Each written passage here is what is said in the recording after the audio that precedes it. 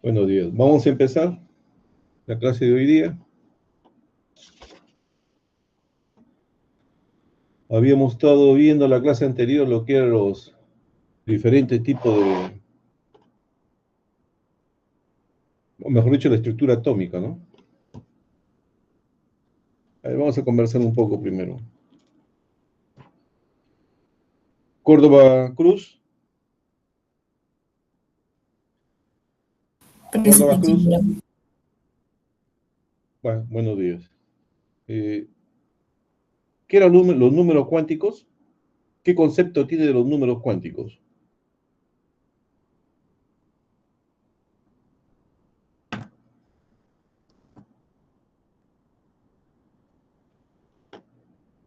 Los números cuánticos indican las características de los electrones en los átomos. Muy bien, ¿no?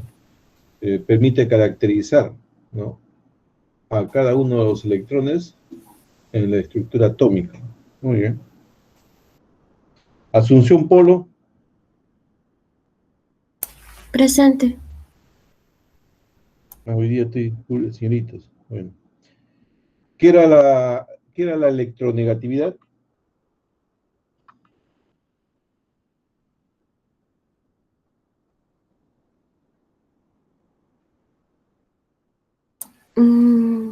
Es la capacidad que tienen los electrones para... No. Los electrones para atraer... No, el átomo. Para atraer electrones. Es la capacidad que tiene cada átomo en una molécula para atraer electrones hacia sí, ¿no? Eso era lo que era la electronegatividad, no se olviden, ¿ya? Porque después lo voy a usar. Victoria Anticona. Victoria Anticona. Ingeniero, buenos días. Buenos días. ¿Qué es la energía de ionización? Es la energía mínima para arrancar un electrón. Bien. La energía de ionización. ¿Quiere decir de que el cloro tiene alta o baja energía de ionización? Respecto al cloro, Sí. a ver, el cloro es un no metal donde tiene una gran afinidad electrónica Ya. y energía de ionización sería alta también.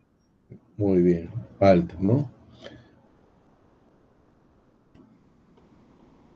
Entonces, esos parámetros esos conceptos que están comentando sus compañeros, lo vamos a usar ahora para explicar lo que es el enlace atómico. Voy a pasar a presentar.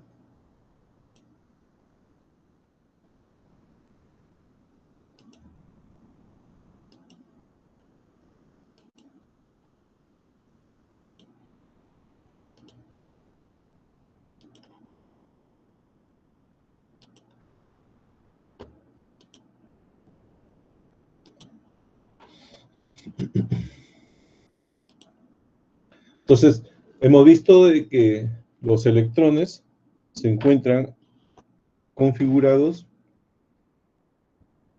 en su estructura electrónica y que son generalmente los electrones de valencia, los de más alta energía, lo que determinan el enlace atómico, ¿no? Ahora, ¿qué se busca con el enlace atómico? Se busca una minimización de energía. ¿Qué tipo de energía? La energía potencial.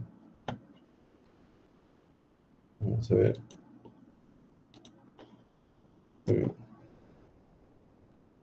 Entonces, lo que se busca es que la energía potencial sea lo más baja posible, ¿no?, de tal manera que en este punto, en el pozo de baja energía, la fuerza de atracción y repulsión entre los átomos que forman el enlace sea cero, ¿no? O sea, la fuerza de atracción sea igual a la fuerza de repulsión y por lo tanto obtienen el estado de más baja energía. Como lo había definido su compañero, la energía de ionización, la afinidad electrónica, ¿no? Son características del átomo que dependen de la configuración electrónica, ¿no? Ahora, a su vez, las propiedades de los materiales también van a depender de los enlaces, ¿no? En la tabla periódica hemos caracterizado metales y no metales. Entonces, la unión de esos elementos son los que generan los diferentes tipos de enlaces primarios, ¿no? Por ejemplo, si se une un metal con un no metal, estamos hablando de un enlace iónico. Cuando se une no metal con no metal, estamos hablando de un enlace covalente. Y cuando se une metal con metal, estamos hablando de enlace metálico, ¿no? Y cada uno de estos tipos de enlaces primarios tienen sus características que le confieren ciertas propiedades a los materiales, ¿no? Entonces, si uno entiende la forma como se genera estos tipos de enlaces, prácticamente voy a inferir en las propiedades del material, ¿no? Debido al tipo de enlace que se forma. Aparte de los enlaces primarios, ¿alguna pregunta? ¿Se escucha bien, no? Sí, ingeniero, metal con no metal, ¿qué se formaba? Enlace covalente. Perdón, metal. No metal con no metal. No metal con no metal, enlace covalente. Tiene igual electronegatividad.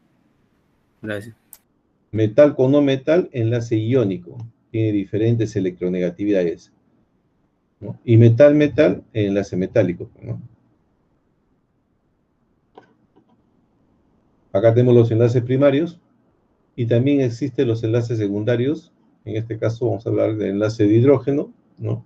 O lo que se conoce como el puente de hidrógeno, y vamos a ver los enlaces de Van der Waals, donde están los otros tipos de enlaces secundarios, de dipolo oscilante y permanente, que lo vamos a ver. Como les decía a ustedes, el enlace atómico es el que determina la primera clasificación de las propiedades de los materiales, ¿no? Ahora, no hay enlace puro. O sea, los materiales no tienen enlaces puros. Generalmente se encuentran compartiendo enlaces. Por ejemplo, los polímeros tienen enlace covalente y enlace de Van der Waals, ¿no? Cuando hablamos de polímeros, estamos hablando, por ejemplo, de los plásticos, ¿no? Donde en su cadena polimérica están unidos mediante enlaces covalentes, mientras que entre las cadenas están los enlaces secundarios de Van der Waals, ¿no? Tenemos acá, en el caso de los cerámicos son enlaces iónico-covalente, ¿no? En el caso de los metales, tienen cierto comportamiento covalente, generalmente los elementos de transición, y los no metálicos, ¿no? O los intermetálicos, perdón. Mientras que lo que son metales casi puros tienen presencia de mayor porcentaje en enlace de tipo metálico, ¿no? Veamos el primer tipo de enlace iónico. Antes que me olvide, generalmente el enlace se forma tratando de que cada átomo adquiera la configuración de un gas noble, ¿no? Por ejemplo, acá el sodio, un gas noble, el neón, y el cloro, un gas noble, el argón, ¿no? O sea, quiere decir que en su último nivel tengan el S2P6, ¿no? Que es la configuración de un gas noble octeto, en lo que se conoce como el octeto electrónico. Entonces vamos al enlace iónico. En este caso participan los electropositivos con los electronegativos, cuya diferencia de electronegatividades es mayor de 1.7. O sea, va a haber electropositivos, elementos que tienen la capacidad de cargarse positivamente, o sea, perder electrones. Mientras que los electronegativos, elementos que tienen la capacidad de cargarse de manera negativa y ganar electrones, ¿no?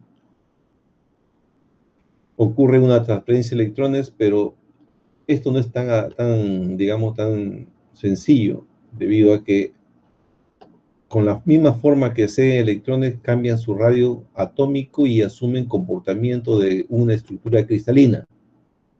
La estructura cristalina lo vamos a ver de aquí a 2 clases.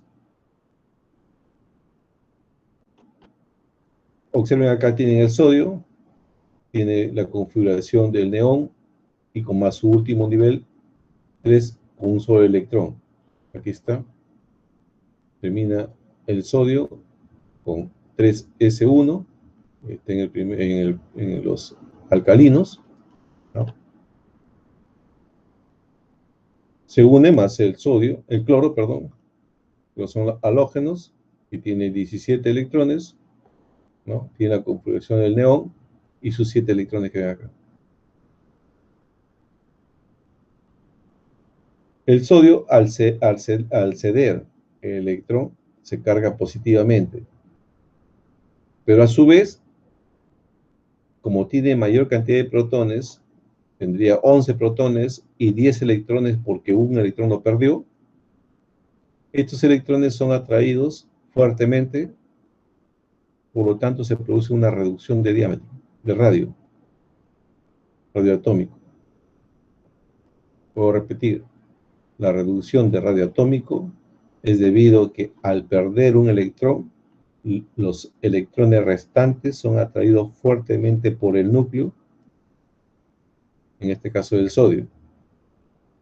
Caso contrario sucede con el cloro. El cloro, al ganar un electrón, existe mayor repulsión y crece en radio. Ahora, ¿por qué les explico esto? Porque los radios atómicos son importantes para formar la estructura cristalina. Entonces, siempre que ustedes hablemos de estructura cristalina, el catión va a tener un radio atómico menor que el anión, que tiene un radio atómico mayor. Una vez que obtienen su radio atómico, se forma la estructura cristalina que ustedes conocen como la sal común, por ejemplo, ¿no?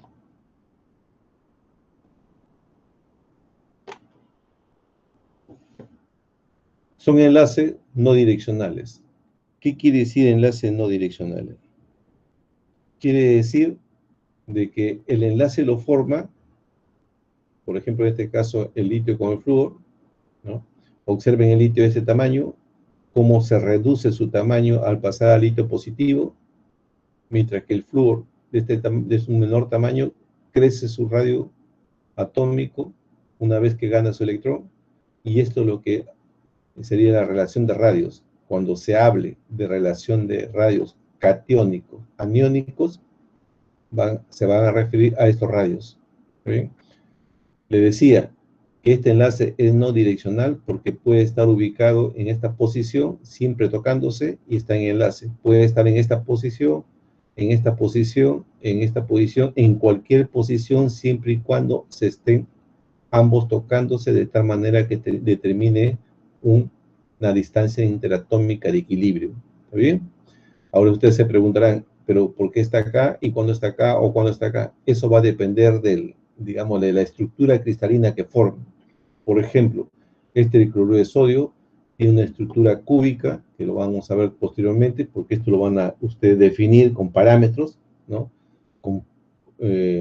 No solamente con parámetros, sino con electroneutralidad. Se supone que los pequeñitos son del sodio, porque el sodio positivo tiene menor radio, mientras que el cloro son representados por estas esferas celestes o azules. Ahora, este comportamiento, esta estructura cristalina va a depender de ¿qué? Va a depender de 2 parámetros. Primero, sus radios atómicos relativos, ¿no? O sus radios iónicos, como quieran verlo, ¿no? Y también su electroneutralidad, ¿no? ¿Qué quiere decir su electroneutralidad? Quiere decir que cuando se forme la estructura cristalina, siempre tiene que haber una relación de un sodio con un cloro, para que se mantenga la electroneutralidad. Observen, acá está la forma como disminuye su radio, en el caso iónico, ¿no? En En el caso del cobre, por ejemplo, pasa de 72 a 96, y así usted puede darse cuenta cómo estos son más pequeños y estos son, los aniones son mucho más grandes, ¿no? Entonces va a haber una relación entre el radio catiónico con el radio aniónico, ¿no? Hay tablas de estos valores para poder caracterizarlo posteriormente como su estructura cristalina. ¿Alguna pregunta hasta acá? Vuelvo a repetir, cuando se forma el enlace iónico, el electropositivo cede electrones y disminuye su radio atómico. El electronegativo gana electrones, incrementa su radio atómico y se establece una relación de radio catiónico a radio aniónico. Con respecto a sus propiedades, en el caso del enlace iónico, tiene baja ductilidad. ¿Por qué tiene baja ductilidad? Porque si queremos, primero hay que entender que la ductilidad es movimiento de átomos en la estructura cristalina. Eso primero tienen que entender ustedes. Cuando hablemos de ductilidad, estamos hablando del desplazamiento de átomos en la estructura. Estos, digamos, los compuestos iónicos tienen una estructura cristalina, ¿no? Como pueden ver acá, de manera esquemática. Quiere decir que siempre un catión va a estar unido a un anión, ¿no? Para que obtener una electroneutralidad. Cuando usted trata de deformarlo, por ejemplo, agarra, digamos, a la sal común, y usted trata de deformarlo, lo que usted hace es romper el enlace. Rompe el enlace, y por lo tanto, al romper el enlace, lo que está fracturando digamos, al material. Por eso es que presenta baja ductilidad. Un momentito, ¿eh? Julio. Sí, estoy en clase, dime nomás. Ya, hoy día firmo y lo mandamos los expedientes, ¿ya? Apenas termino, lo firmo, ¿ya?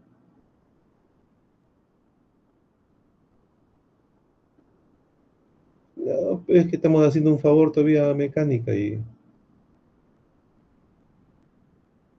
al toque, termino mi clase a las 11, lo mando al instante, ¿ya? Ya, listo, ya. Chao.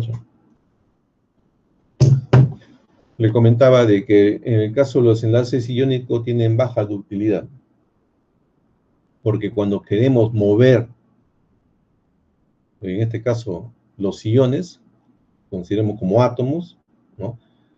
Lo que generamos es el rompimiento de ese enlace, y si rompe su enlace, se fractura el cristal. Por eso que tienen alta dureza también, ¿no? Y baja ductilidad o nula.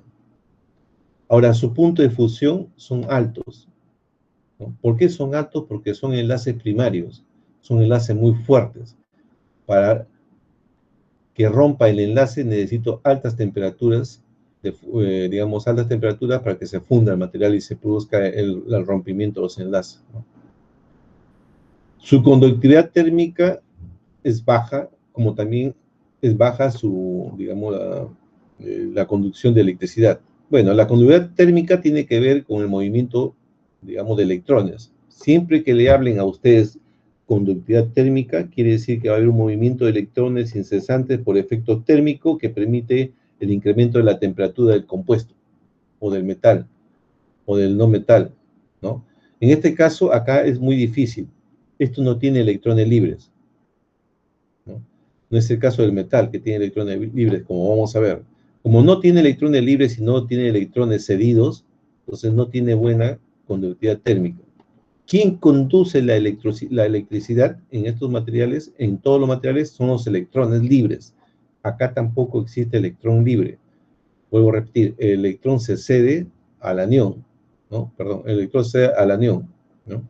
Entonces, por eso que se usa, por decir, en los cerámicos se usa bastante en lo que son los hornos, ¿no? En los hornos de mufla, o sea, como compartimiento, para que no exista una transferencia de digamos, de calor, digamos, por lo cual el horno permite altas temperaturas en su interior, ¿no?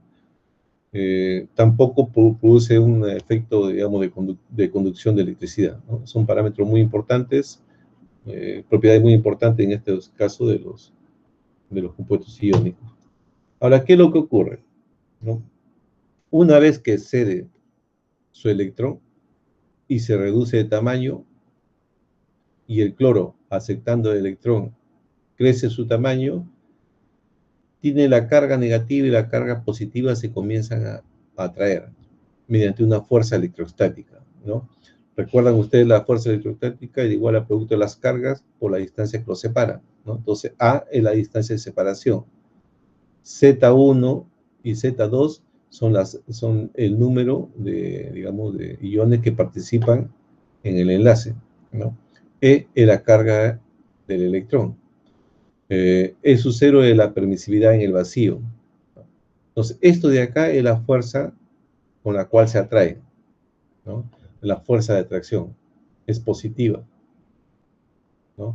Aquí usted lo ve con signo negativo, pero esto positivo multiplicado por negativo da negativo, negativo por negativo da positivo. Entonces, al final, toda esta parte sale un valor de tipo positivo, ¿está bien? Y esta es la carga, perdón, esta es la fuerza de atracción neta, ¿está bien? Pero conforme se van acercando, ambos iones van a comenzar a solaparse. ¿Qué es lo que se solapa? Son los, digamos, los electrones que se encuentran alrededor del núcleo, ¿no? Entonces, esos electrones cuando se comienzan a solapar, se produce un proceso de repulsión, ¿no? Que es igual a n por b, que son constantes, o el parámetro sobre el parámetro elevado al n más 1, vuelvo a repetir, estos son constantes, ¿no? Y esto sí tiene un valor negativo. Acá tiene valor de la fuerza de repulsión. Llega un momento en el cual la fuerza de repulsión es igual a la fuerza de atracción, o sea, la fuerza con la cual se atraen es igual a la fuerza con la cual digamos, se repulsan estos electrones, se genera lo que se conoce como el parámetro, ¿no? Entonces, cuando hablemos de parámetros en las estructuras cristalinas, estamos hablando digamos, de la distancia, en este caso, interiónica entre dos iones, ¿no? Que forman el enlace. Este es el parámetro. Ya que es igual al radio del catión más el radio del anión. Y estos son los valores que ustedes encuentran en las tablas, ¿no? Cuando va a la tabla y ve radio aniónico del cloro es tanto, más el radio aniónico del sodio es tanto. Ustedes suman ambos y vamos a encontrar el parámetro de red en la estructura cristalina. Ya vamos hablando desde este momento de estructura cristalina, porque esto es principalmente la forma como se caracteriza el caso de los cerámicos, ¿no? Aparte van a tener un curso completo de lo que son cerámicos y refractarios, ¿no? Pero para que ustedes lo vayan entendiendo. Entonces, cuando se genera la fuerza neta, cuando la fuerza neta es igual a 0, aquí está la fuerza neta, ¿eh? O sea, quiere decir que esta curva que ven acá es la suma de la curva de la fuerza de atracción con la fuerza de repulsión. Cuando primero hay un incremento y después hay una disminución, cuando llega al punto 0, justo en este punto se genera el enlace, ¿no? El enlace entre el catión y el anión y se genera el parámetro de red. ¿Listo? Eso es con respecto a las fuerzas. También está interviniendo, ¿no? Ya.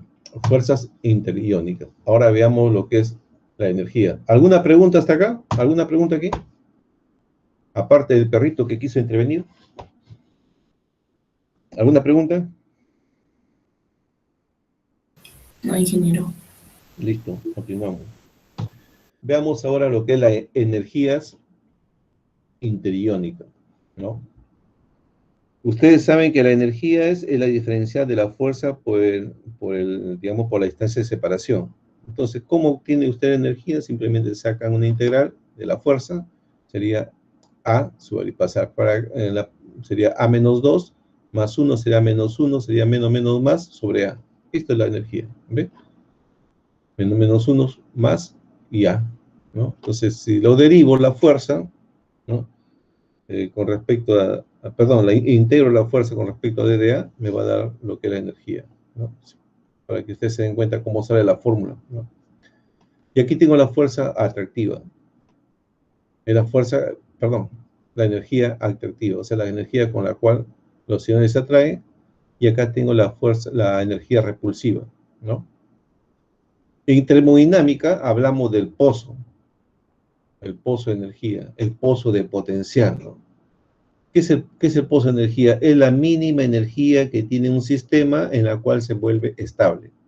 Entonces quiere decir que estos, cuando se forma en enlace, se trata de buscar la mínima energía en donde se produce el proceso más estable, que es el enlace. O sea, este es el pozo de energía. Si usted saca la derivada de esta curva, va a ser 0 acá, ¿no? Quiere decir que la derivada de la energía con respecto a la distancia va a ser la fuerza. Si la fuerza es 0, tenemos acá, la fuerza es 0, ¿no? Entonces, ambas están relacionadas, ¿no? Entonces, puedo repetir. Esto es lo que se conoce como el pozo de energía, ¿no? En todos los sistemas, en todos los enlaces, en todos los sistemas, lo que se trata en un estado de menor energía, por eso que siempre lo grafican con este tipo de curva, ¿no? Y aquí se forma el enlace. Acá está. La diferencial de la energía con respecto a la distancia de separación en el parámetro es igual a 0, lo que equivale a la fuerza, ¿no? Y cuando se produce la fuerza de enlace, la fuerza de atracción, perdón, más la fuerza de repulsión se hace 0. Entonces, es una forma de, digamos, de visualizar lo que está ocurriendo en este tipo de gráfico. ¿Está bien? Voy a repetirle.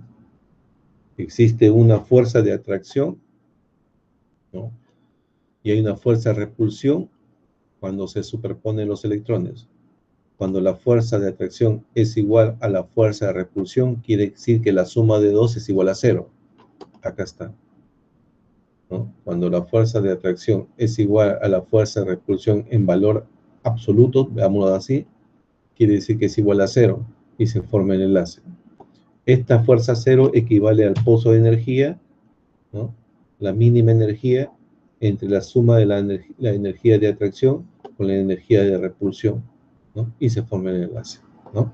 Y después la fórmula ya ustedes podemos ir trabajándolo con algunos ejercicios, ¿no? Veamos ahora lo que es el enlace covalente. En realidad nos interesa a nosotros como metalurgistas el enlace metálico, ¿no? Pero estamos constantemente trabajando con el caso de cerámicos. En el caso de cerámicos, lo que intervienen son enlaces covalentes y enlaces iónicos. Por lo tanto, hay que analizarlo también para que ustedes lo puedan entender posteriormente en su curso de cerámicos y de refractarios, ¿no? Veamos lo que es el enlace covalente, ¿no? En el caso del enlace covalente, lo que se produce es una compartición de electrones. O sea, quiere decir que hasta ahora no hay electrones libres, ¿no?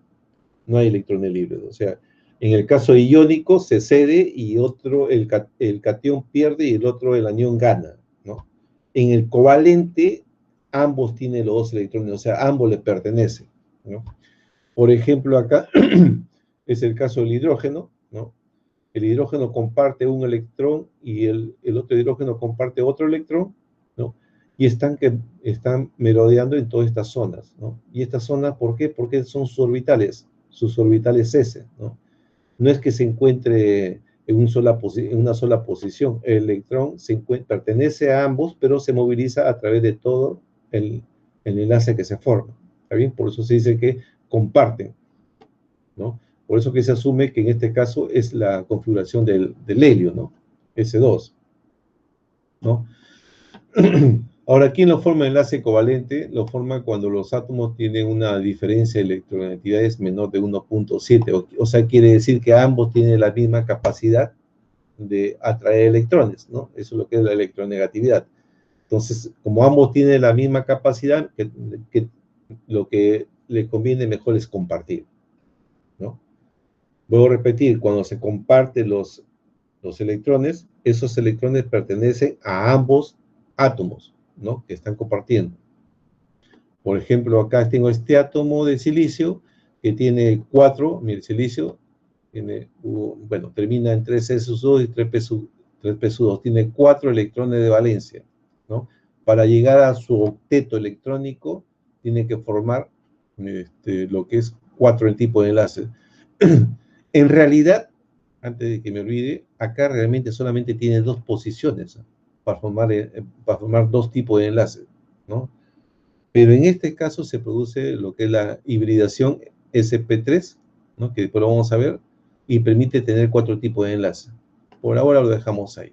Pero vuelvo a repetir, observen, 3s2 quiere decir que este orbital está lleno.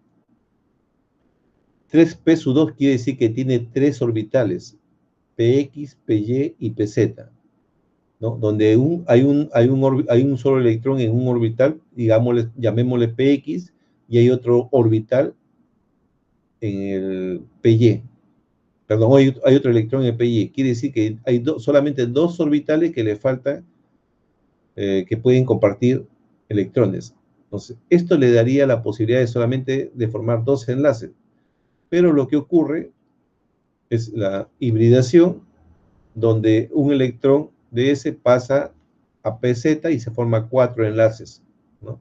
Estos 4 enlaces se le conoce como sp3, que lo vamos a ver después, y permite este tipo de 4 enlaces covalentes, ¿no? Y así puede formar su octeto electrónico. Y esto, una vez que forma su octeto electrónico, asumen una, digamos, una direccionalidad. La pregunta es, ¿por qué tienen direccionalidad los enlaces covalentes? Tiene direccionalidad porque los electrones van a estar en movimiento en una sola posición del enlace, que son sus orbitales, ¿ven? ¿No? A veces tiene en los textos, perdón, vamos a ver por acá para ver si, ajá, acá solamente para que se ubique. Esto que ven acá ustedes, esa forma que lo dibujan los textos, son los orbitales. O sea, quiere decir que los electrones se mueven en estas regiones, ¿no? Es la forma como digamos, como lo visualizan los textos. Por ejemplo, acá está el núcleo y aquí están sus orbitales, la forma como forman su enlace en el caso de los enlaces covalentes, ¿no? O sea, no es porque lo dibujen de una manera estética, sino que, voy a repetir, esto representa las zonas de probabilidad donde se encuentran, donde es posible encontrar con mayor, digamos, mayor porcentaje de confiabilidad a los electrones, ¿no? Esos son los orbitales, ¿no? Entonces, seguimos. Entonces, por eso se dice que es el enlace direccional, ¿no? Ahora, una vez que se forma el enlace direccional, hay ciertos compuestos covalentes que forman estructuras cristalinas, como el caso del diamante, por decir, ¿no? Como el caso del SiO2, que tiene un cierto comportamiento iónico y covalente, ¿no? Ahora, vuelvo a repetir, estos tipos Ingeniero, dígame. disculpe, buenos días. La parte de cuando explicó la direccionalidad no la comprendí muy bien. Disculpe. Ya, no hay problema. Gracias. Cuando tengan alguna duda, pueden cortarme y les vuelvo a explicar. Muchas gracias. Cuando hablamos de direccionalidad, hablamos que los electrones se comparten en ciertas direcciones. Eso es direccionalidad. ¿Por qué en ciertas direcciones? Porque en esa dirección están los orbitales. ¿Ves? Acá ve, en esta dirección. Quiere decir que este silicio comparte con esta dirección, con estos ángulos que ves acá, que no cambian, van a compartir, digamos, sus electrones, ambos átomos y ambos átomos, ¿no? Eso se llama direccionalidad, ¿no? Sí, ingeniero. Muchas gracias. Disculpe. No hay problema. Ahora, cuando nosotros analizamos la electronegatividad, ¿no? Decimos, la electronegatividad es la capacidad que tiene una molécula para atraer electrones, o perdón, un átomo para atraer electrones, ¿no? Dice, ¿no? Esa es la electronegatividad. O sea, quiere decir que hay una competencia, en una molécula hay competencia por los átomos por atraer electrones. Si la competencia entre ambos átomos es muy similares, entonces quiere decir si es igual, por ejemplo, ¿no? En caso de las moléculas, digamos, dipolares, perdón, diatómicas, ¿no? Cuando es igual, prácticamente la electronegatividad es muy baja, son iguales, cero, ¿no? Entonces aquí se forma el enlace covalente, no polar, o sea que no tiene ninguna polaridad, porque ambos átomos tienen la misma fuerza con la que atraen a sus electrones. ¿Está bien? Pero conforme voy uniendo dos átomos que tienen diferentes electronegatividades, entonces quiere decir que acá el cloro va a atraer con mayor fuerza a los electrones del hidrógeno, ¿no?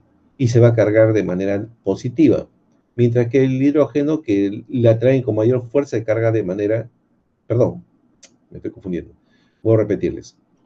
El cloro atrae con mayor fuerza los electrones del hidrógeno y se carga de manera negativa, mientras que el hidrógeno se carga de manera positiva. ¿Está bien? Pero sin embargo siguen formando su enlace covalente. Pero ese enlace covalente ya tiene cierta polaridad. ¿Está bien? Eso se llama dipolos, que lo vamos a ver porque es importante en los enlaces de tipo secundarios, ¿no? Entonces quiere decir que va a haber un cierto carácter, digamos, de iónico. ¿Qué quiere decir eso? Que cuando ya es muy alta la diferencia de electronegatividades, quiere decir que ya no comparten, sino prácticamente pasa el electrón del que se comporta como cation, se carga positivamente y cede su electrón al anión, ¿no? Entonces, así es como avanza, digamos, como va pasando de un enlace covalente no polar a un enlace covalente polar, y por último llega a un enlace iónico donde es demasiada la diferencia de electronegatividades. ¿Está bien? Para que lo vayan entendiendo ustedes, ¿no? Entonces quiere decir que ese pequeño concepto que hablamos de electronegatividades se usa bastante en todo lo que es en la, digamos, en la explicación en corrosión, en todos los tipos de, digamos, donde hay ciertas, digamos, enlaces iónicos covalentes, ¿no? Si es mucha, vuelvo a repetir, cuando es muy alta la diferencia de electronegatividades, se genera el enlace iónico, ¿no? Cuando es menor de 1.7, entonces estamos hablando de un enlace covalente, que puede ser polar o puede ser no polar. ¿Está bien? Esto es lo que le hablaba a usted de la hibridación. La hibridación es lo que realmente ocurre en el caso del carbono, ¿no? Como también habíamos visto el silicio. Hay varios elementos que se producen en proceso de hibridación, ¿no? Si observamos acá, lo voy a volver a explicar, el carbono 6 tiene 6 protones, por lo tanto, si está eléctricamente neutro, tendrá 6 electrones. Acá está 2, 4, 6. 1 SU2, 2 PSU6, 2 SU2, perdón, 2 PSU2, hablando. Le repito mejor. 1 SU2, 2 SU2, 2 PSU2. Entonces acá tiene sus 4 electrones. ¿Está bien? 4 electrones. Pero si lo vemos de una manera como, digamos, orbitales, tenemos acá un orbital S, donde tiene 2 electrones desapareados, ¿no? Acá tenemos digamos, el orbital P, que tiene, o mejor dicho, su nivel P, que tiene 3 orbitales, PX, PY y PZ, donde PX puede tener acá un electrón, acá tiene otro electrón, y este está vacío. Quiere decir que solamente tiene 2 orbitales que le falta completar, y el otro prácticamente está vacío. Entonces tendría solamente dos tipos de, digamos, dos posibilidades de formar enlace, ¿no? Covalente en este caso, ¿no?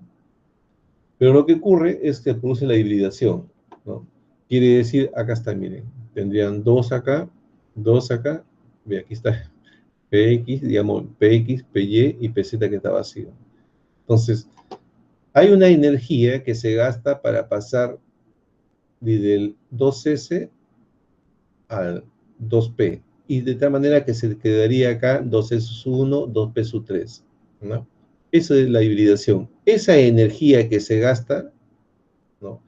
Que se gasta o se necesita para el proceso de hibridación es mucho menor que la que cede el enlace, ¿no? Cuando se forma el enlace. Por eso que se considera estos orbitales híbridos, ¿no? Donde la energía se ve compensada por el enlace que se forma, que es menor, enlace más estable, ¿no? Lo que hablamos de energía, el pozo de energía, ¿no? Tiene acá 1, 2, 3, 4. Entonces ya tengo 4 orbitales híbridos sp3. Acá tiene, mire usted, tenemos orbital S, px, py y pz. En la hibridación tendríamos de este comportamiento, sp3, ¿no? De la forma como lo dibujan, y quiere decir que la zona de mayor probabilidad de encontrar los electrones, ¿no? Y se forma el enlace, en el caso del carbono, en el caso del diamante, por ejemplo, ahí tienen el diamante, por eso que lo ven ustedes acá con 4 enlaces de tipo covalente, el diamante, y aquí tienen ustedes el ángulo, que es similar al caso del silicio, ¿no? Y este de acá es su estructura cristalina. Es una estructura cristalina que, si ustedes se dan cuenta, tiene la forma, mire, de un cubo, ¿no? Aquí, con átomos en los vértices y átomos en las caras, ¿no?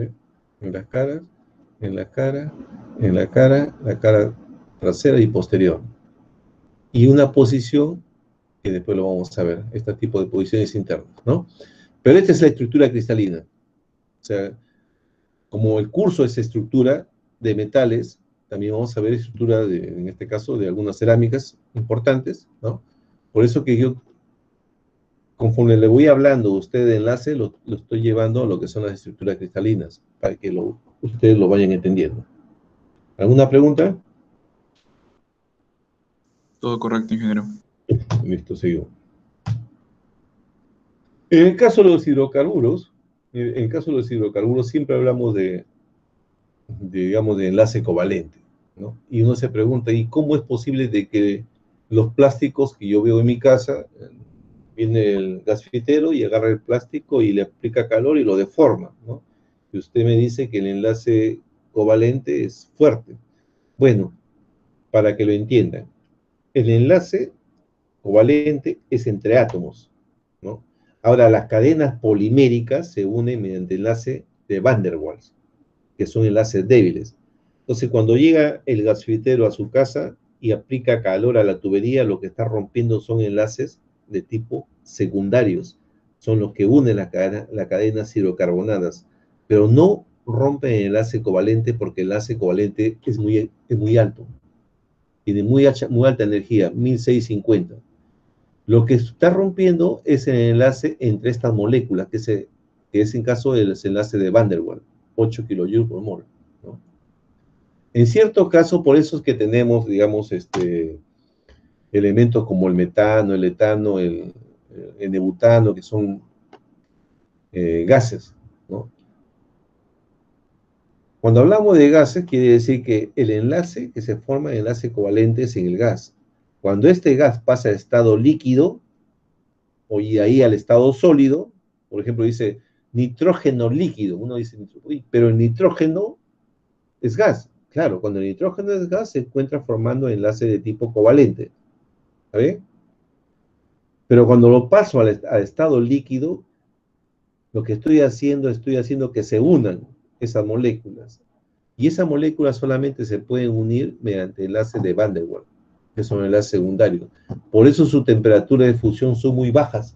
Tengo que bajar fuertemente la temperatura, ¿no? De tal manera que permita el acercamiento de estas moléculas y se forme ese tipo de enlace, que podemos saber que hay distintos tipos de enlaces de tipo secundario, ¿no? Eso quiero que lo entiendan. O sea, cuando usted dice el agua es H2O, pero está en estado líquido, está en estado sólido, líquido, gaseoso. El enlace covalente es entre el carbono, perdón, es entre el hidrógeno y el oxígeno, ¿no? H2O. Ahora, después, si ustedes lo analizan bien, el oxígeno es más electronegativo que el hidrógeno. Entonces va a generar lo que se conoce como enlaces covalentes polares. Entonces, como forma enlaces covalentes polares, lo que va a formarse son dipolos. Entonces, cuando esos dipolos tienen una cierta temperatura, van a pasar al estado líquido. Y si tienen otra temperatura, van a pasar al estado sólido formando estructuras, ¿no? Entonces, eso es lo que realmente es lo que ocurre. Ahora analicemos las propiedades de los enlaces de tipo covalente. Son enlaces muy fuertes, lo visualiza usted fácilmente con el caso del diamante, que tiene 100% enlace covalente. Su temperatura de fusión es de 1350, si mal no recuerdo.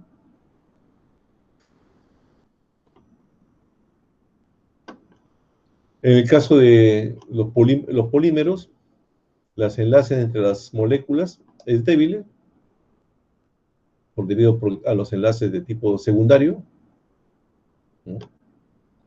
Y en cierto caso hay que bajar mucho la temperatura de fusión para que estas moléculas se unan y pasen a estado líquido, ¿no? Esto en el caso de las moléculas covalentes, digamos, por ejemplo, el O2, el nitrógeno 2, que se saturan fácilmente, ¿no?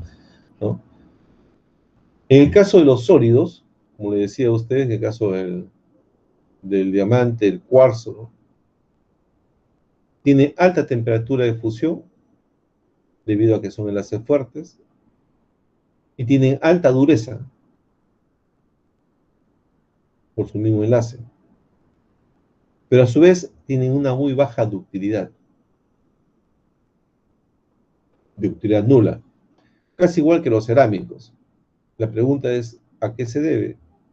Se debe a que cuando uno quiere mover sus átomos, lo que genera es el rompimiento de ese enlace direccional. Entonces, basta que cambie el enlace, digamos, el ángulo del enlace direccional, lo que estoy haciendo, estoy rompiendo el enlace. Y si usted rompe el enlace, lo que está generando es la fractura del componente. Por ejemplo, una tiza que tiene un cierto enlace iónico y covalente, ¿no? Cuando usted quiere deformar la tiza, lo que usted está haciendo, está rompiendo los enlaces, ya sea iónico o covalente, por eso que rápidamente se fractura la tiza, ¿no? El caso no es lo mismo con una goma, ¿no? Cuando usted tiene una goma, comienza, digamos, a deformarlo. La pregunta es, ¿por qué se deforma? No son por los enlaces covalentes, son por los enlaces secundarios de Van der Waals, por si acaso. Porque el enlace covalente no se puede deformar. Son malos conductores de la electricidad.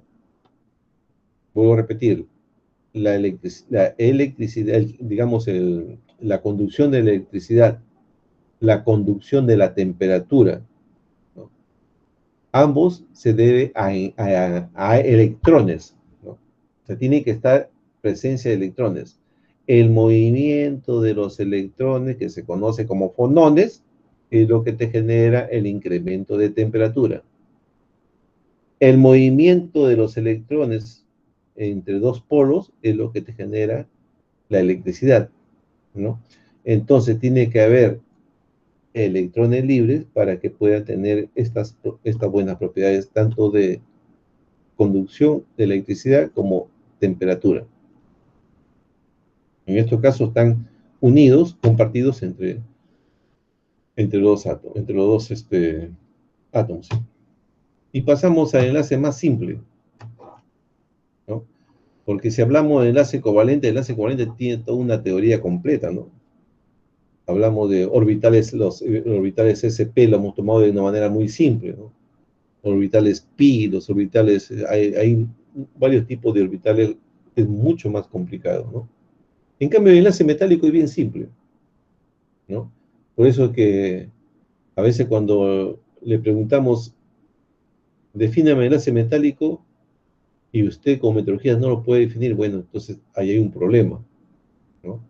Es bien simple el enlace metálico y explica todas las propiedades, por qué son dúctiles, por qué tienen brillo metálico, por qué tienen ductilidad, por qué tienen digamos, buena transferencia de electrones. Miren, acá tiene un átomo, ¿está bien?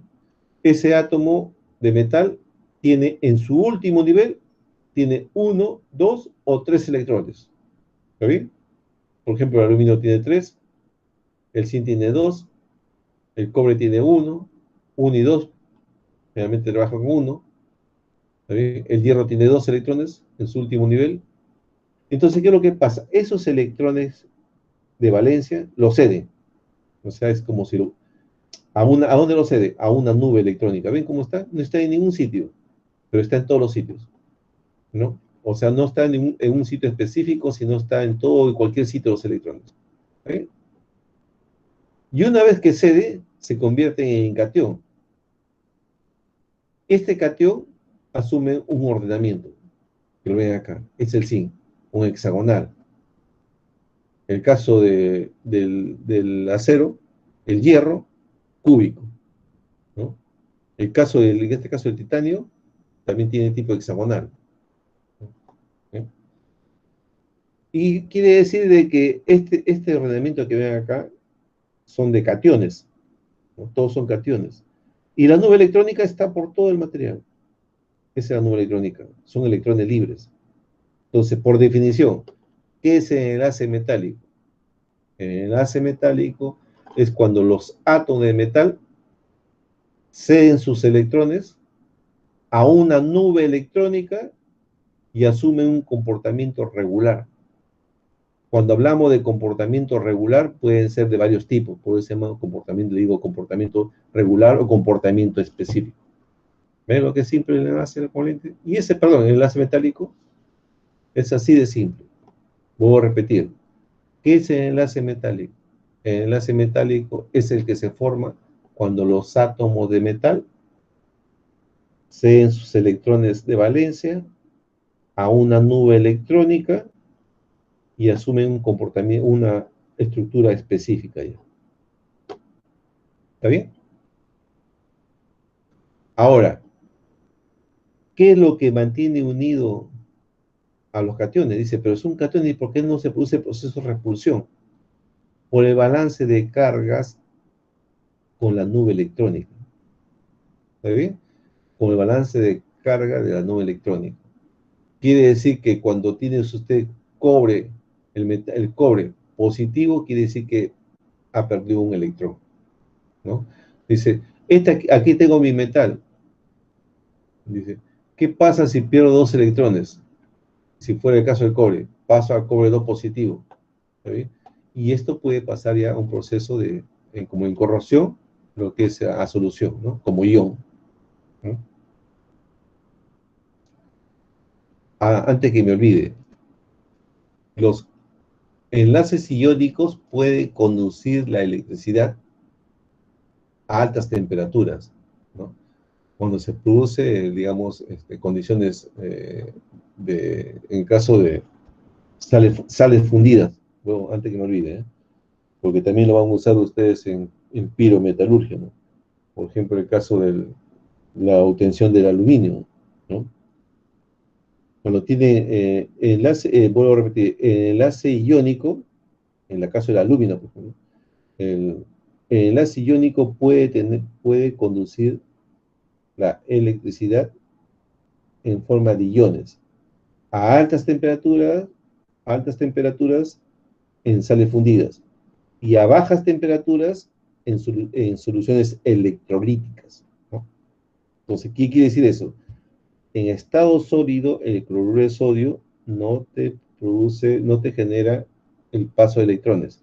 Pero si el cloruro de sodio lo agitas en una solución, puede transportar, digamos, la electricidad a través de la solución electrolítica, porque en ese caso, el movimiento, o sea, el transporte de electricidad, no se genera por electrones, sino por iones.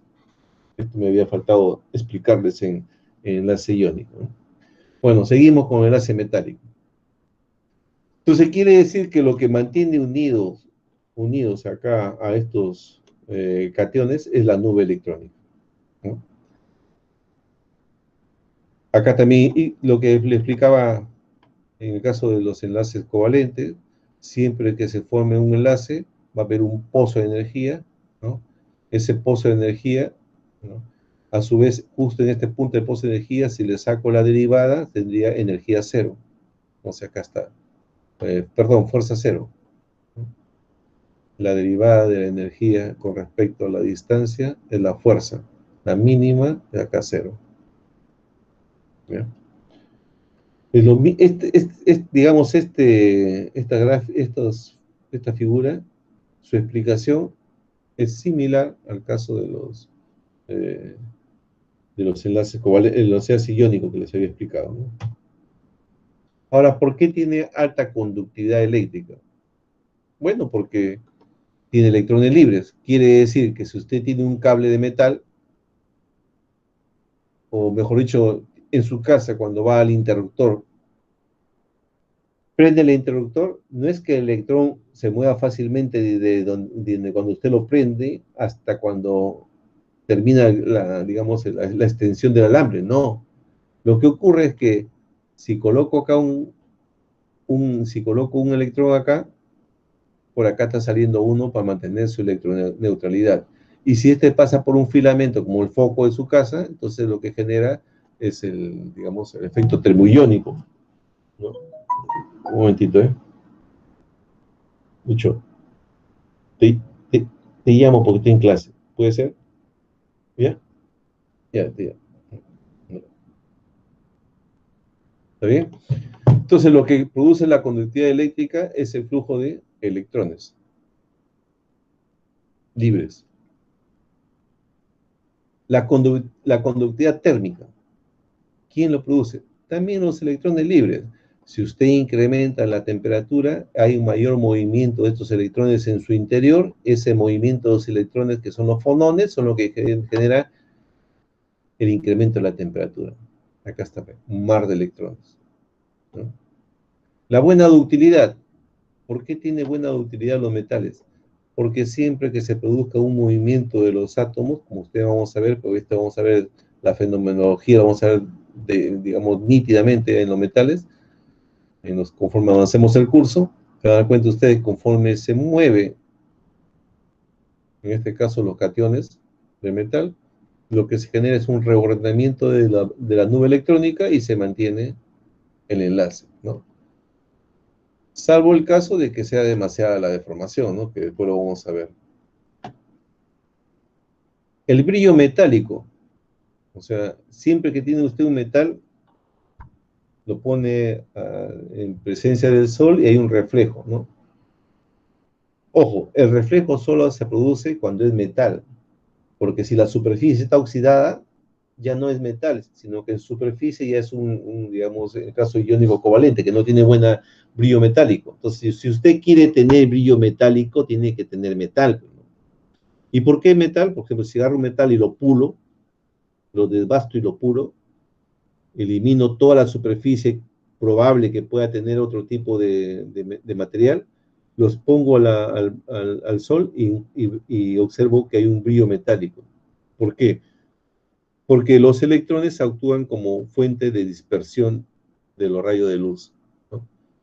Todas estas propiedades se debe a esta nube electrónica. ¿Alguna pregunta?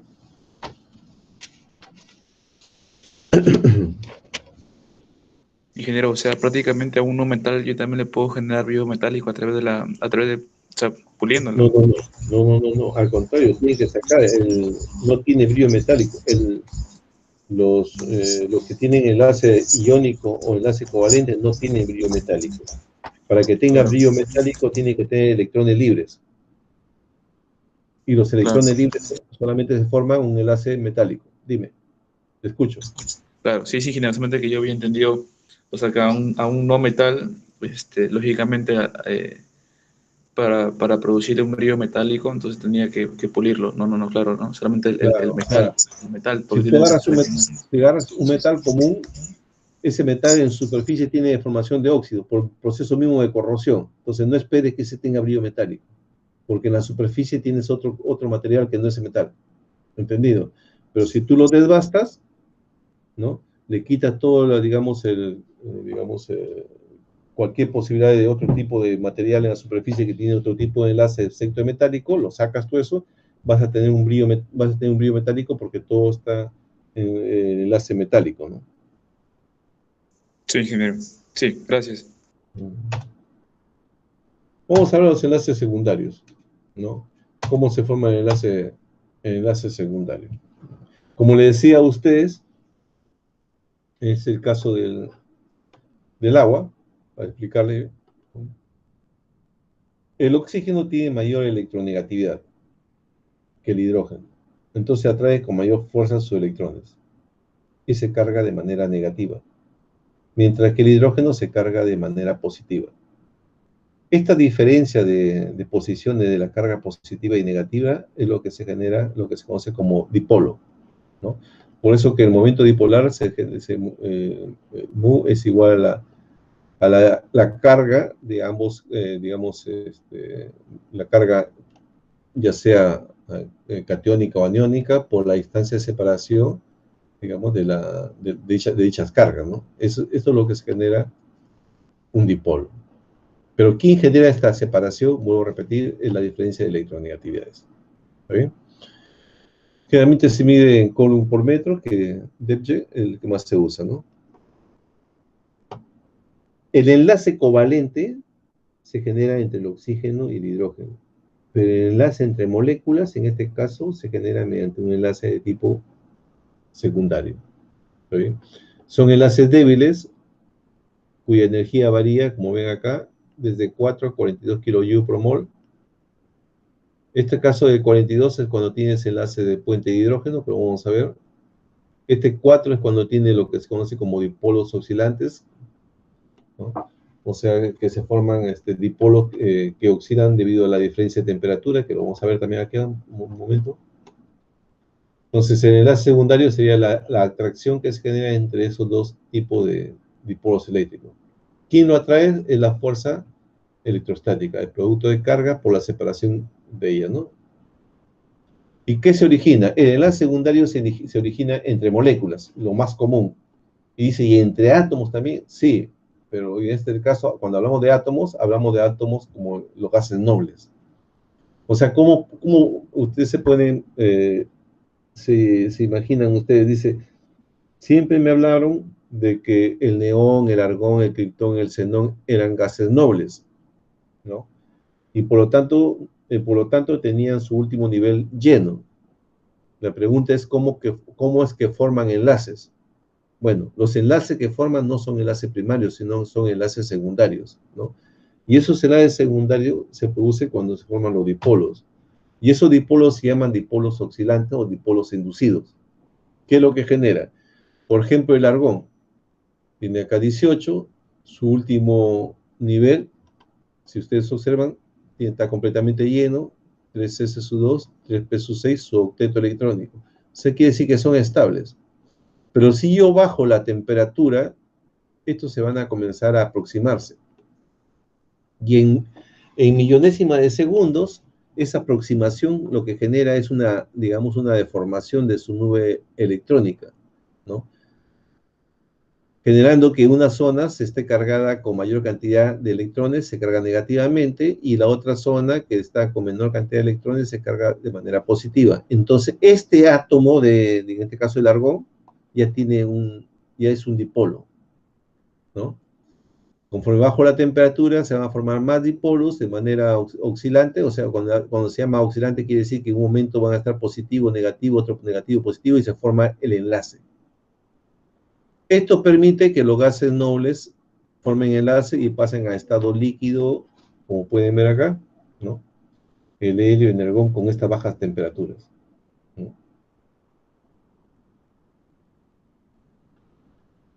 Este es el caso del argón.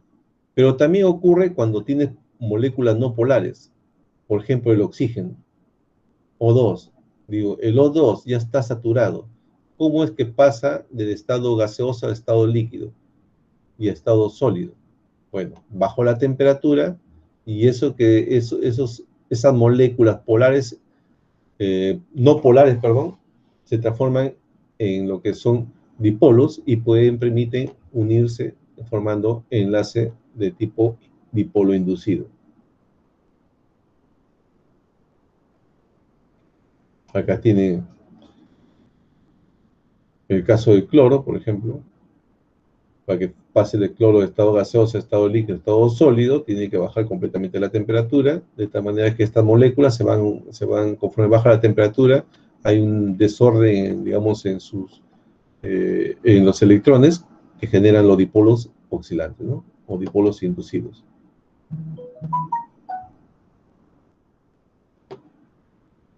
El otro es el dipolo permanente. ¿Qué quiere decir eso? Habíamos hablado de que existen moléculas covalentes, polares y no polares, ¿no? En el caso de cuando tienes molécula de tipo polar, se forma ya lo que se llama el dipolo permanente, ¿no? Esto lo hemos visto ya, por ejemplo, en el amoníaco, ¿no? NH3, el nitrógeno atrae con mayor fuerza los electrones de hidrógeno y se carga de manera negativa y los hidrógenos de manera positiva. Luego se posiciona el nitrógeno con el oxígeno y forma su enlace de dipolo, enlace secundario de dipolo permanente, ¿no? Acá tiene la forma, puede ser lineal, angular, piramidal. Eso va a depender de los enlaces direccionales covalentes, ¿no? Observen acá, el agua tiene enlaces covalentes direccionales, por eso que forman ángulos, ¿no? Y acá está la forma como, digamos, se orientan las moléculas polares, en el caso si se forma en estado sólido, ¿no?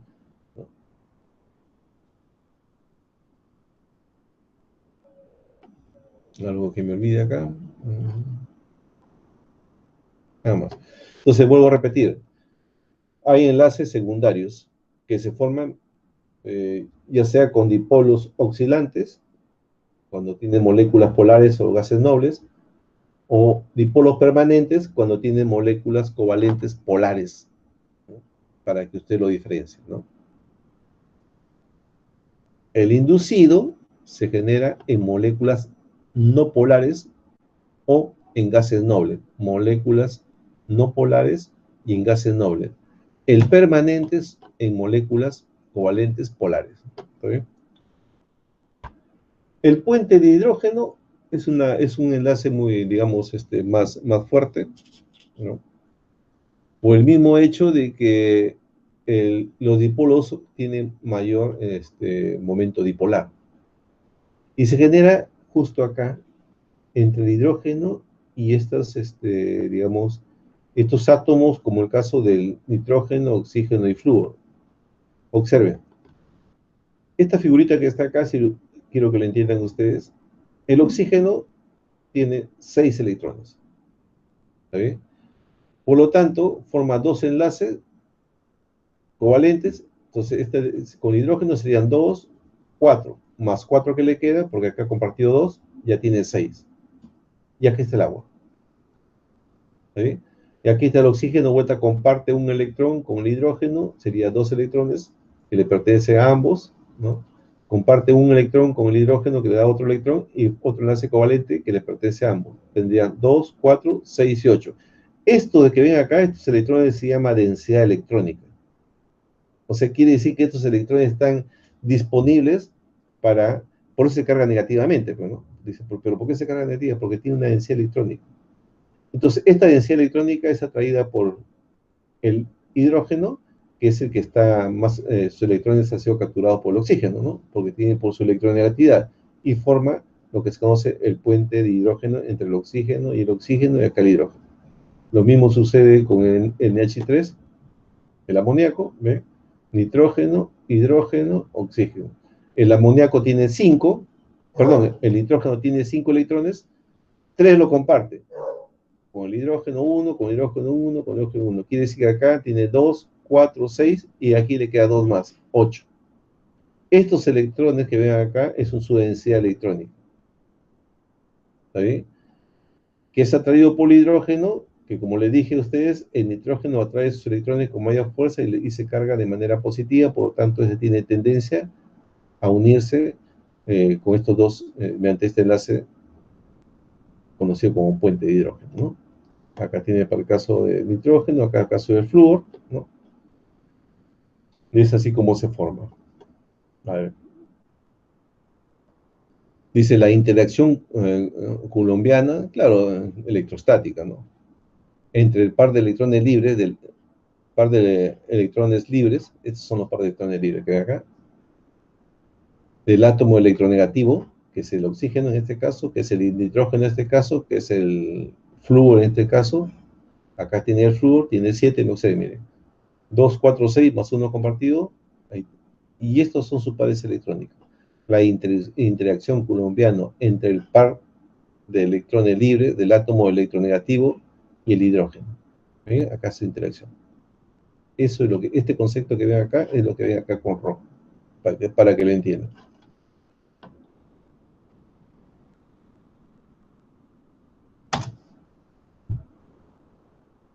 Y como les decía a ustedes, no existe un material, o mejor dicho, la mayoría de materiales tienen diferente porcentaje de enlaces primarios, ¿no? Y enlaces de tipo secundario, ¿no? Volvemos a repasarlo acá. Lo que puede ser medible, ¿no? Mediante la fórmula de Pauling, la ecuación de Pauling, es el caso de los cerámicos, ¿no? Esto se usa bastante en cerámica para determinar cuánto de porcentaje tiene covalente e iónico la cerámica, ¿no? Por ejemplo, en el caso del fluoruro de calcio, ¿eh? Que se supone que es iónico, lo consideran los libros iónicos, pero tiene su carácter covalente. Si aplicamos el porcentaje de carácter iónico, sale 89. Sería 1 menos exponencial, menos 0.25 multiplicado por XA, es la electronegatividad puede ser en este caso de calcio, menos la electronegatividad del caso de flúor, ¿no? Y todo esto de acá se eleva al cuadrado.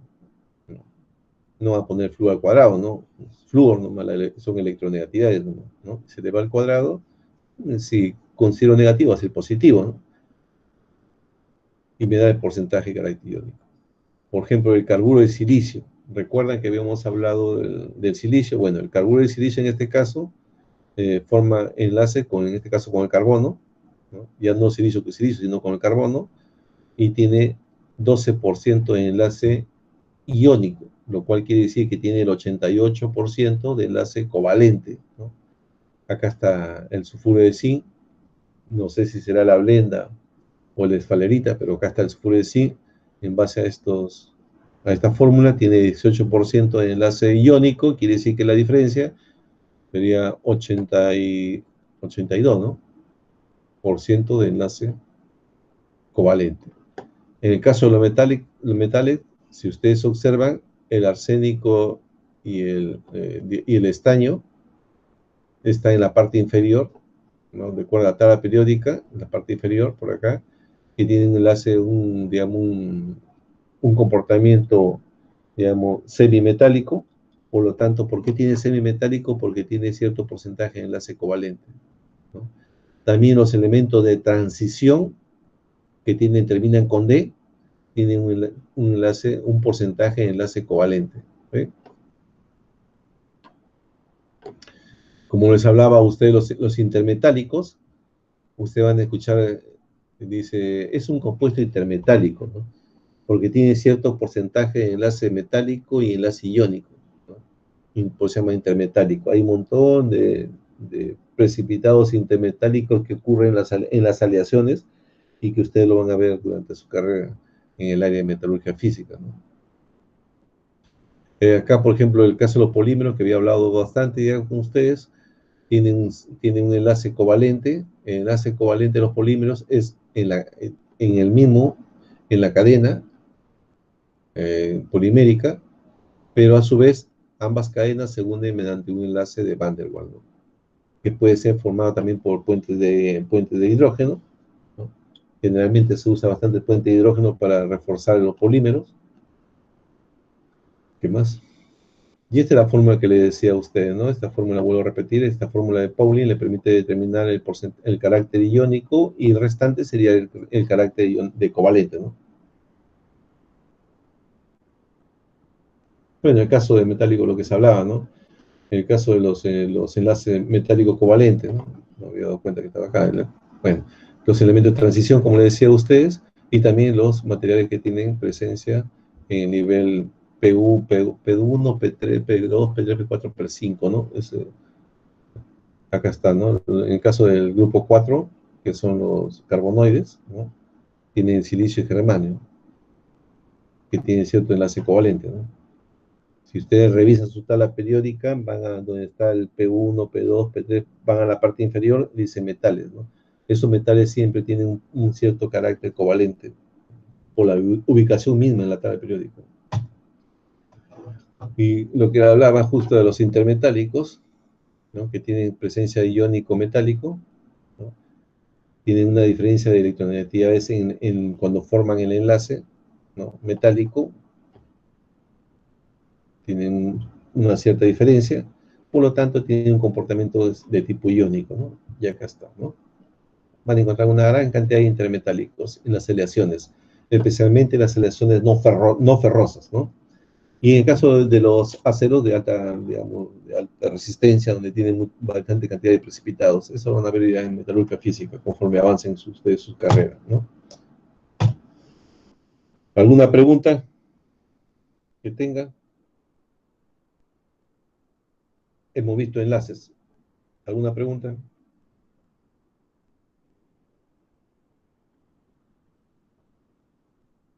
Chávez Moreno. Presente. ¿Alguna pregunta? No, profesor. Ya. Barrios, Presente, profesor. ¿tienes alguna consulta que quieras hacer? Sí, profesor, me gustaría que, si me podría explicar la última diapositiva del enlace metálico iónico. ¿Este que ves acá? Sí, la última, profesor. Ya. Lo que te comentaba, cuando tú formas un enlace, perdón, un enlace metálico, por ejemplo, el sodio, voy a tomar un ratito. Dice, cuando tú formas un enlace metálico entre el sodio y el zinc, se supone que el sodio es un metal y el zinc es un metal. Bajo ciertas condiciones de composición química, que lo puede determinar acá, se forman estos tipos de compuestos. O sea, quiere decir que en la aleación aparecen unos precipitados de esta forma. ¿Sí? Esos precipitados se conocen como precipitados intermetálicos. Esos precipitados intermetálicos que aparecen en la aleación tienen un comportamiento tanto de metal como iónico. ¿Sí? Igual manera, cuando tú formas una aleación no ferrosa entre aluminio y cobalto, aparecen estos precipitados. Esto que ven en composición química es como si tuvieras tu microestructura y aparece ahí un precipitado, una partícula, ¿no? Entonces, cuando tú vas a los textos, dices, son compuestos intermetálicos. Y la pregunta es si te dice, pero ¿por qué me dicen compuesto intermetálico? Porque tienen comportamiento de metal y comportamiento iónico. Por lo tanto, tienen baja ductilidad, ¿no? Por eso se dice, los compuestos intermetálicos endurecen a los materiales, en el caso de los aceros, ¿no? Porque a su vez también tienen baja ductilidad, ¿no? ¿Por qué? Porque esos compuestos tienen cierto porcentaje iónico, ¿no? En su misma, digamos, en su estructura. Y eso se debe a la diferencia de electronegatividades. Listo, profesor. Ambos son metales, pero también tienen electronegatividades. Pues, tienes una tabla de electronegatividades, ¿no? Si tú vas a la tabla de electronegatividades, te vas a dar cuenta que tiene una cierta diferencia, no demasiada, porque ya sería iónico, ¿no? Sino una diferencia que te genera este tipo de, digamos, de compuesto, ¿no? Ojo, esto acá también es importante, cuando ustedes, por ejemplo, le ponen hierro 5, zinc 21, ¿qué es lo que quiere decir eso? Que en su estructura cristalina, por cada 25 átomos de zinc, va a existir 5 átomos de hierro. Por eso tiene esta composición. Esta estequiometría, ¿no? O esta relación de átomos es para caracterizar a la estructura cristalina, no se olviden.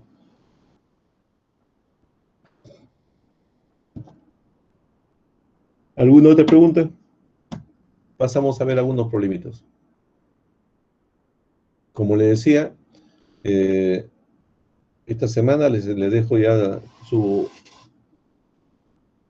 laboratorio de ejercicios para que lo desarrollen ustedes en su casa. Las condiciones de desarrollo, estoy haciendo la rúbrica, y ahí tienen su nota, ¿no? El trabajo en casa, ¿no? Se supone que no lo van a hacer en la computadora, lo van a hacer a mano, en un papel bond, y la forma como lo redacte, cómo calcule, cómo realice sus ejercicios, lo escanea y todo tiene una valoración. No se olviden que es 14 la nota mínima. Vamos a ver algunos.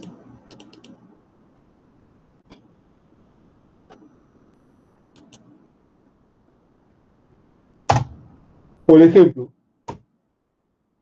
ahí tienen, le dan estos tipos de metales A, B, C, bueno, aquí faltó el D, que es 18, E y F, ¿no? Sin ninguna caracterización, simplemente le dan su número atómico. Como ustedes saben, en base a su número atómico, yo puedo hacer, como me dan número atómico y a su vez me dicen que es eléctricamente neutro, porque si me ponen positivo acá, ya cambia la cosa, ¿no? Pero como está eléctricamente neutro, quiere decir que tiene 8 protones y tiene 8 electrones. Entonces hago su configuración electrónica considerando los 8, considerando los 12, considerando los 17, considerando los 18, los 19 y los 26. Esto es lo primero que desarrollo yo. En base a esto, yo rápidamente me voy a su último nivel y me doy cuenta qué tipo de metal es. Entonces me voy acá y digo, desarrollo, tengo 6. Ah, es electronegativo. ¿Por qué? Porque para completar su octeto electrónico, mejor gano 2 electrones. B, desarrollo, tengo 2 electrones, mejor lo pierdo, son electropositivos. Y es un alcalino térreo. Solamente mirando este acá, yo puedo saber qué tipo es. Acá tiene 7, es un halógeno electronegativo. ¿Por qué? Mejor gano un electrón para formar mi octeto. Acá está completo, entonces es un gas noble. Acá termina 4S1, es un alcalino. Y acá termina 4S2, 3D6. Cuando termina en D, metal de transición. Ahora me dice, igual número A y B. A y B. Electronegativo con electropositivo, iónico. Iónico, ¿no? Igual A, igual B. Ojo, C2 mis electrones acá, octeto, y acá está mi octeto. Puedo repetirle. Igual número de A y B. O sea, quiere decir que A, ¿cuánto necesito A? Para formar mi octeto electrónico necesito 2, porque tengo 6. Bueno, B, toma los 2. Tú tienes tu octeto electrónico y yo tengo mi octeto electrónico que está acá, después de perder. Entre los dos, electropositivo, electronegativo, enlace de tipo iónico. Listo. 2 átomos de C. Me voy a C, me falta 1, entonces compartimos, enlace covalente, electronegativo. Entonces son C2 covalente. 2 elementos electronegativos pueden formar un enlace covalente. Gran número de átomos de F. F de transición. Si es un metal de transición, entonces va a formar un enlace metálico. Entonces, ¿no? Cedo mis electrones a la nube electrónica y asumo mi comportamiento de acuerdo al metal. ¿Listo? Metal. Gran número de átomos de D. D, me voy acá. Es un gas noble. Entonces, ¿qué puede enlace? Gran número. ¿Qué enlace puede formar? Porque me están diciendo que formo enlace. Dipolo oxidante. El argón solamente puede formar un enlace de dipolo oxidante. ¿Listo? Unión doble de átomos de E respecto a, tengo 6, necesito 2, quiere decir que va a ser un alcalino. ¿Dónde está? Es el E. Acá está alcalino, entonces 1, 2, sería E2A, iónico. Listo. Ya tengo desarrollado todo el ejercicio. Simplemente observo eléctricamente neutro, hago su configuración electrónica, determino qué elementos son los que se forman y luego hago las combinaciones para determinar metal, no metal, iónico. Metal, metal, metálico. Metal, perdón, no metal, no metal, covalente. Ahora aquí me dan digamos, varias sustancias y me piden que elija el tipo de enlace. Cloro líquido. Bueno, el cloro de por sí Cl2 forma enlace covalente. Si me están diciendo líquido, quiere decir de que también ha formado otro tipo de enlace, que es dipolo oxidante. ¿Está bien? Enlace secundario dipolo oxidante. ¿Por qué dipolo oxidante? Porque el cloro Cl2 es una molécula apolar. Dipolo permanente solamente se forma en moléculas polares. ¿Está bien? Entonces, cloro líquido, enlace covalente entre el cloro más el cloro, y si uno la molécula de cloro, se van a unir para que pase a estado líquido como dipolo oxidante. Oxígeno gaseoso. Ah, está gaseoso, entonces solamente forma enlace covalente, pero oxígeno con oxígeno O2 solamente se puede unir un enlace covalente. Los plásticos, como le decía, los plásticos en el caso de los polímeros, tienen cadenas hidrocarbonadas, cadenas poliméricas, digamos así mejor, que tienen enlace covalente, y las cadenas poliméricas se unen mediante enlace de Van der Waals, ¿no? Óxido de magnesio. No hay elemento, en este caso, salvo el cloruro de sodio, ¿no? Que tiene mayor porcentaje, pero normalmente cuando se habla de óxidos, tienen enlace iónico covalente. Lo hemos visto ya en el tetraedro de la diapositiva, ¿no? Bueno, el sodio es un alcalino, metal alcalino. Si uno bastante sodio, es enlace de tipo metálico.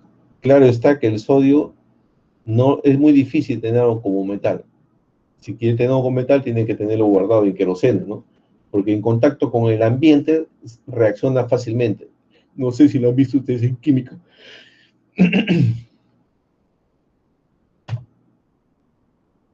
Cálculo de la electronegatividad. Perdón, del porcentaje de carácter iónico. Uso las electronegatividades. Porcentaje de carácter iónico para el caso del titanio y el oxígeno. ¿Cuánto electronegatividad tiene el titanio? 1.5. ¿Cuánto electronegatividad tiene el oxígeno? 3.5. 3.5 menos 1.5 elevado al cuadrado multiplico por 0.25 exponencial, encuentro 63.2%. ¿De qué? De carácter de tipo iónico. Y el resto, covalente.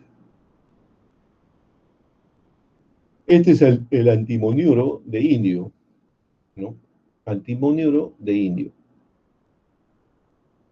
Supone que tengo las electronegatividades, saco la diferencia y aplico la fórmula. Tiene 1%, quiere decir que ese antimoniuro de indio tiene el 99% de enlace de tipo covalente, ¿no? El fluoruro de cesio, también enlace covalente. A pesar que está formado, miren, observen, el cesio y el flúor es un halógeno, el cesio es un alcalino térreo, si no mal no recuerdo. Su diferencia de electronegatividad es alta, por lo tanto tiene un alto porcentaje de enlace iónico. Dice, determina la energía potencial mínima. Cuando te dice energía potencial mínima, te está hablando cuando forman el enlace. Para el fluoruro de litio, usando las constantes N5.9 y la distancia interiónica de equilibrio, quiere decir cuando forman el enlace, de 0.2014 nanómetros. Acá, cuando uno lee los problemas, uno tiene primero que analizar lo que me están dando. Me dicen energía potencial mínima. La energía potencial mínima es cuando forman el enlace. Si forman el enlace, tengo que yo saber su distancia de equilibrio. Acá está. ¿Bien? Como me pide la energía mínima, ¿cuándo se obtiene? El pozo de energía se obtiene cuando la fuerza es 0. Como me falta a mí calcular acá un valor que es, en este caso que es B, para calcular la energía, ¿no? Por acá está. Entonces me voy hasta acá. Primero la fuerza neta es igual a 0. Entonces quiere decir que la fuerza de atracción es igual a la fuerza de repulsión. ¿Okay? Reemplazo. Z, ¿cuánto tengo? 1. Un litio positivo, un sodio, perdón, un flúor negativo. Un flúor negativo, litio positivo. Como es carga por carga, sería la carga al cuadrado, sería 1.602 por 10 a la menos 19 Coulomb al cuadrado. Ya tengo.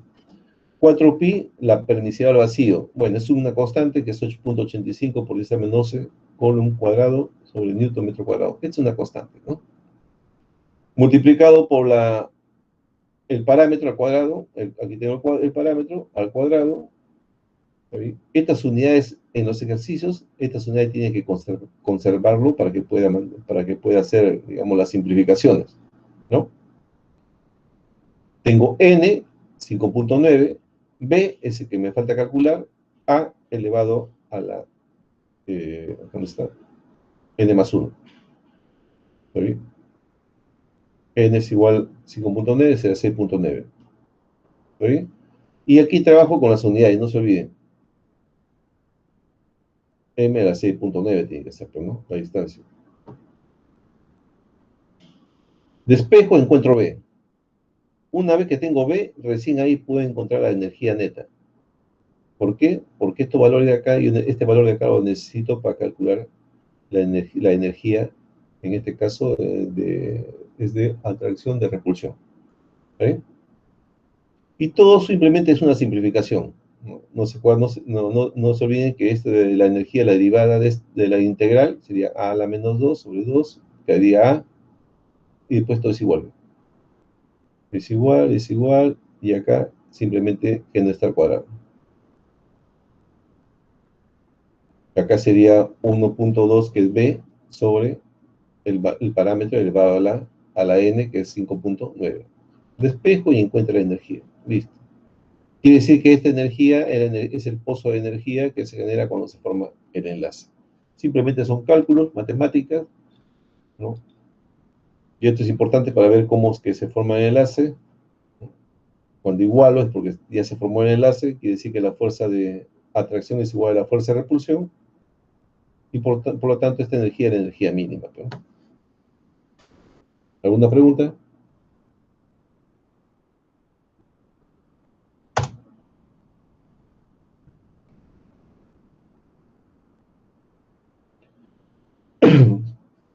Observen acá. Dice, si la fuerza atractiva entre el magnesio 2 positivo y el sodio 2 negativo, o sea, entre dos iones, tiene este valor, ¿no?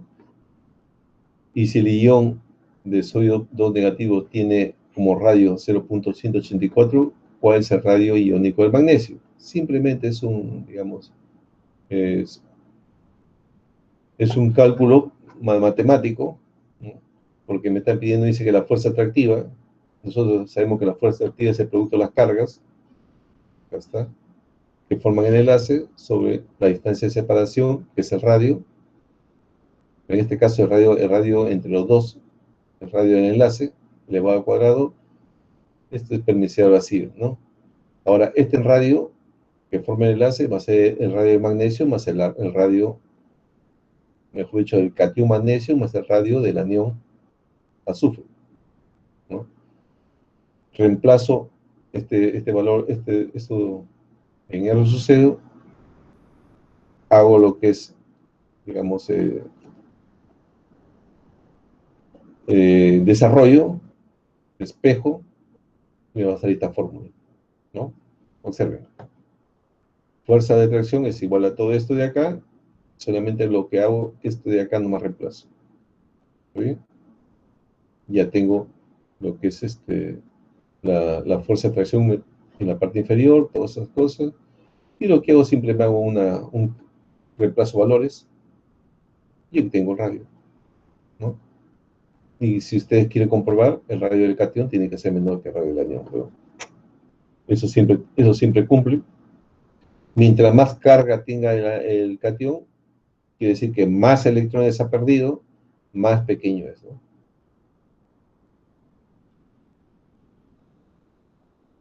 Ejercicio 9 dice, ¿cuál es la fuerza de atracción entre un par sodio-cloro que recién acaba de enlazarse?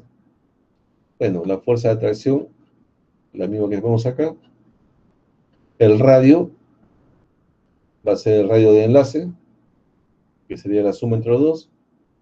Reemplazo los valores y encuentro la fuerza de atracción. Como forma el enlace, la fuerza de atracción es igual a la fuerza de repulsión. Si me hubieran preguntado cuál es la fuerza de repulsión, si hubiera sido un poquito más complicado, ¿no? La pregunta, pero la respuesta es lo mismo. Dice, ¿cuál es la fuerza de repulsión entre un par que acaba de enlazarse, ¿no? Entonces, no voy a trabajar con la fórmula de repulsión, trabajo con la fuerza de atracción, ¿no? Porque es lo mismo colocar fuerza de atracción acá que fuerza de repulsión si consideramos que se acaba de formar el enlace. Cuando se forme el enlace, la fuerza de atracción es igual a la fuerza de repulsión. ¿Alguna pregunta?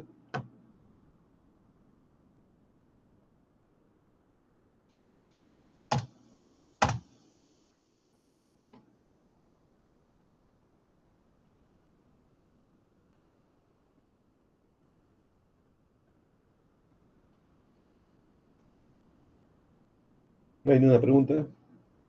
Bueno.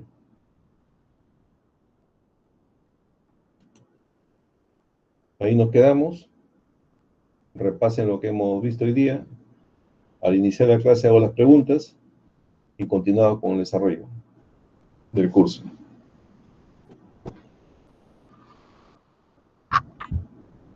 No se olvide, su asistencia lo realizan ustedes directamente en su plataforma. Yo les hago las preguntas y con eso verifico si está presente o no está presente. ¿No tiene ninguna pregunta más? Ingeniero, Dígame. disculpe, ¿nos podrá compartir el PPT de los problemas que acaba de explicar? La teoría lo comparto. Los problemas tienen que entender. Ya, ¿Ya? ok. Vamos a dejar de grabar.